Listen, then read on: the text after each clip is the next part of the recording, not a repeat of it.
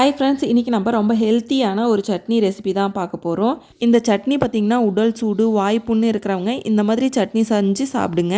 வாங்க எப்படி செய்கிறதுன்னு பார்க்கலாம்.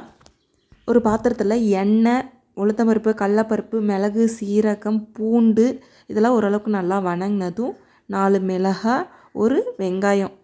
சின்ன வெங்காயம் இருந்துச்சுன்னா உங்கள்கிட்ட சின்ன வெங்காயம் சேர்த்திக்கோங்க. என்கிட்ட சின்ன வெங்காயம் இல்லை, பெரிய வெங்காயம் தான் சேர்த்திருக்கேன். ஓரளவுக்கு வெங்காயம் வணங்கினதும் நான் க்ளீன் பண்ணி வச்சுருக்கேன் மணத்தக்காளி கீரையை சேர்த்திக்கலாம். இந்த கீரை பார்த்திங்கன்னா நல்லா வணங்கி சுருண்டு வரணும். அதனால் ஒரு 10 நிமிஷம் தட்டு போட்டு மூடி வச்சுக்கலாம். இந்த கீரை பார்த்திங்கன்னா ரொம்ப ஹெல்த்தியானது. இந்த கீரையை நம்ம வீக்லி ஒன்ஸ் எடுத்துக்க முடியலனாலும் மந்த்லி ஒன்ஸ் ஆகுது இந்த கீரையை ட்ரை பண்ணுங்கள். இந்த சட்னி எது கூடலாம் வச்சு சாப்பிட்லாம், சாதம், தோசை, இட்லி எல்லாத்துக்குமே நல்லா அட்டகாசமாக இருக்கும் இந்த சட்னி. ட்ரை பண்ணி பாருங்கள். நெக்ஸ்ட் இந்த கீரை நல்லா வணங்கி சுருண்டு வந்துருச்சு.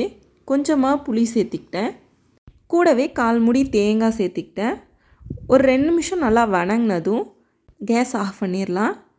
நல்லா ஆறுன அப்புறம் கிரைண்ட் பண்ணி எடுத்துக்கலாம். தேவையான அளவு உப்பு சேர்த்திக்கோங்க. கிரைண்ட் பண்ணும்போது கிரைண்ட் பண்ணிவிட்டு வந்த அப்புறம் சின்னதாக ஒரு தாளிப்பு கொடுத்துடலாம். எண்ணெய், கடுகு, கறிவேப்பிலை, அவ்வளோதான். தாளிச்சாச்சு. அவ்வளோதான், நம்மளுடைய கீரை சட்னி ரெடி. இந்த வீடியோ உங்களுக்கு பிடிச்சிருந்துச்சுன்னா லைக் அண்ட் சப்ஸ்கிரைப் பண்ணுங்கள்.